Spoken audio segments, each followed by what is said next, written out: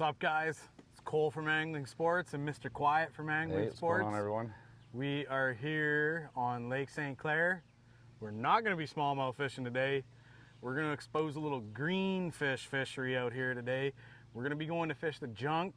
This is the junk fishing special. We're going to show you how to fish the nasty, heavy, sloppy stuff, what baits to throw, probably throw a bit of a frog, a little jig around. We're going to show you how to hit them hard and catch a pile of big old green ones out there. I'm going to be throwing the frog for most of the day, try to get some nice topwater blow-ups, and he'll probably be punching mats like normal, but we will make adjustments throughout the day as need be to try to figure out the patterns. So hopefully we catch a great old Jim Dandy. Let's go.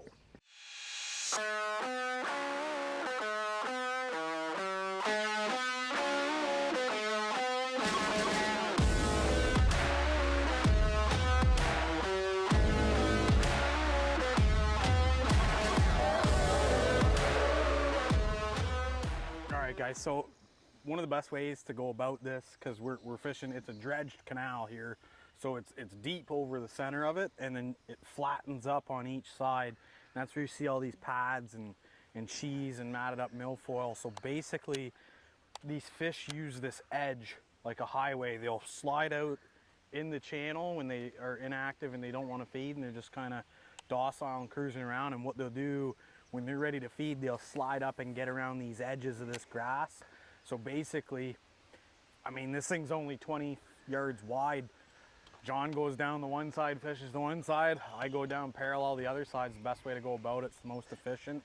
Then you only got to fish your way in. So we're going to keep going at her, and hopefully we're going to smoke a couple of largemouth.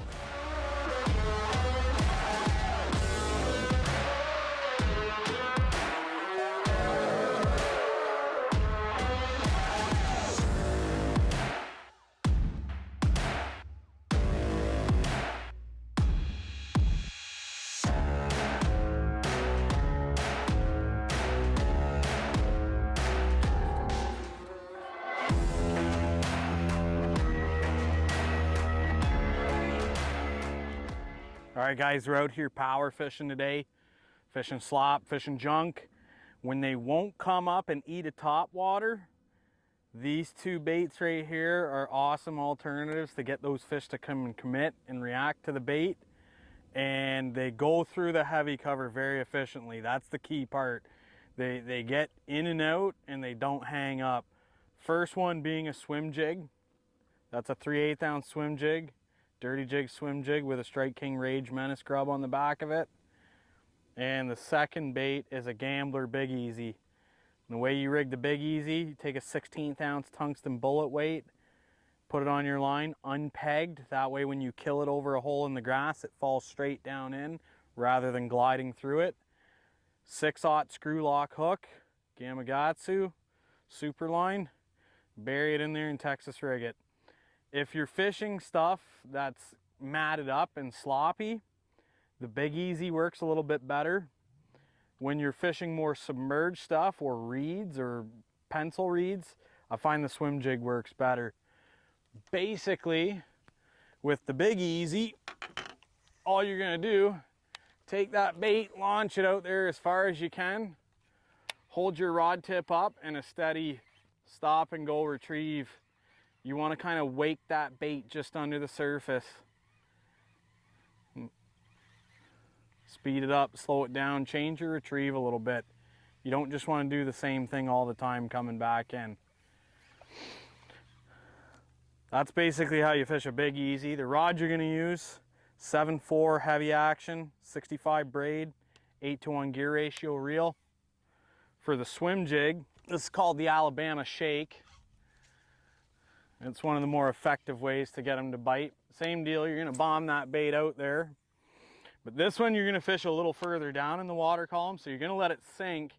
And what you do is you reel just quick enough that you get a little bit of slack in your line, and all you do is shake and pop that rod tip the whole time you're coming back. What that does is it gets that bait to hop and dance, and it gets the skirt flaring in and out. Looks like an injured bait fish. Very effective way to catch these fish when they're buried up in the reeds. Anyways, guys, stay tuned for more tips.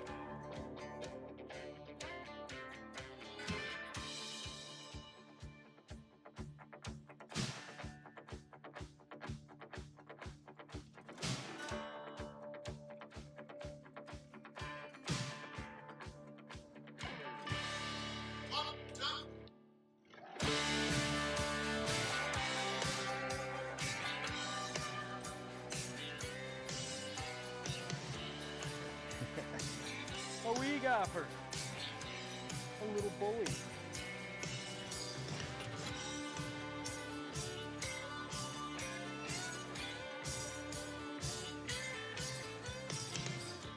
There we are. Yeah, boy. So true.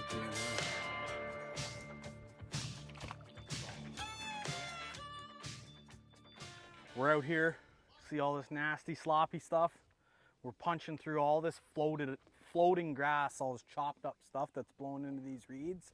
We're using a big 1.5 ounce weight and we're punching through it. So we're gonna go over setups for punching. 7, 9 to 8 foot flipping sticks, more on the medium heavy side. You don't want it too stiff because you're gonna tear hooks out of their face if you pin them. So we like something that's got a little bit of give to it. So if you pin one up, you can keep the rod loaded up going and get them without tearing it out. So 8-to-1 gear ratio reels, fast. You want a ton of line pickup, you hit them, winch them in the boat. 65 to 80 pound braid is what we're flipping.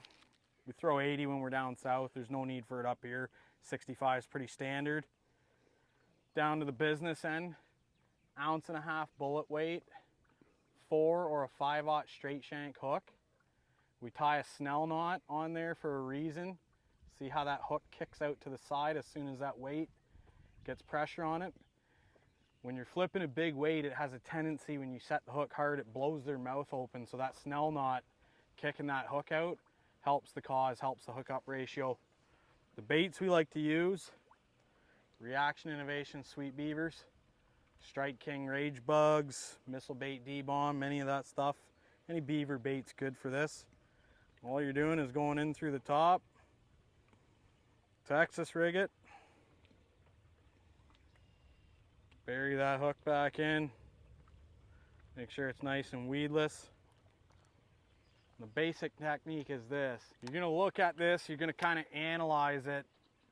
You wanna flip into where these high percentage areas are. So when you see a little hole in behind there and all those folded over reeds, that's a perfect spot for a fish to sit. So I'm gonna flip up over, let it go down through, hits bottom, hop 1, hop 2, hop 3. If I don't get bit, I'm gonna reel out and I'm gonna make another flip somewhere else. The thing you have to remember with punching mats, it's about efficiency. These fish, it's a 3 to 4 foot strike window. They're not swimming 20 feet to eat your bait. The best mat punchers or flippers are the guys that are the most efficient out there. So keep in mind, you don't need to throw that bait in there and soak it forever. It's a reaction bite. Most times they eat it on the initial fall. So efficiency is key, guys. But you keep plugging away at this. It's tough work, but it's rewarding. You catch a lot of big fish doing it. Stay tuned for more tips, guys.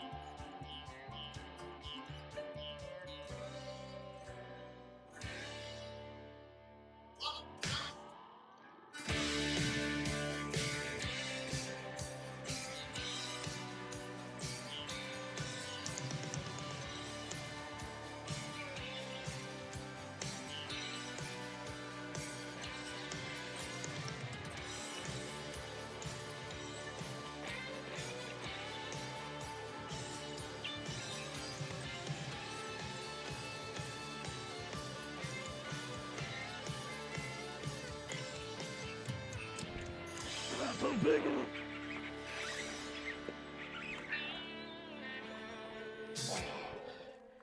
That's what we're talking about right there. I told you they're big when you get them in here. Oh, right there. All right, guys, that's a wrap on the day. Our junk fishing largemouth special. Hope you guys enjoyed it. It was a fun day. I mean, we didn't knock their heads in by any means, but we caught quite a few fish and caught a couple of good ones. So all in all, it was a good time. There was 3 key baits that we threw today. Number 1 being a 1 ounce black and blue jig, flipping reeds. That bait caught a lot of fish, caught some decent ones. We did have a few frogfish today too. We were able to get some to commit to the popping frog. And we also caught the bulk of our fish, punching a 1.5 ounce weight with a Reaction Innovation sweet beaver, punching chopped up slop blown into the reeds. So one thing to take from today, guys, is that we started the day off, we wanted to fish frogs, and it just wasn't happening. So we adapted, we found blown in mats, trash from the lake, and we started punching and flipping it. And that's what I would say got most of our bites today.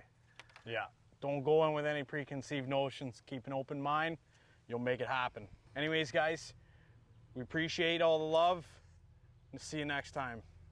See you later. He just covers everything though. It's like, what are you supposed to pitch in with?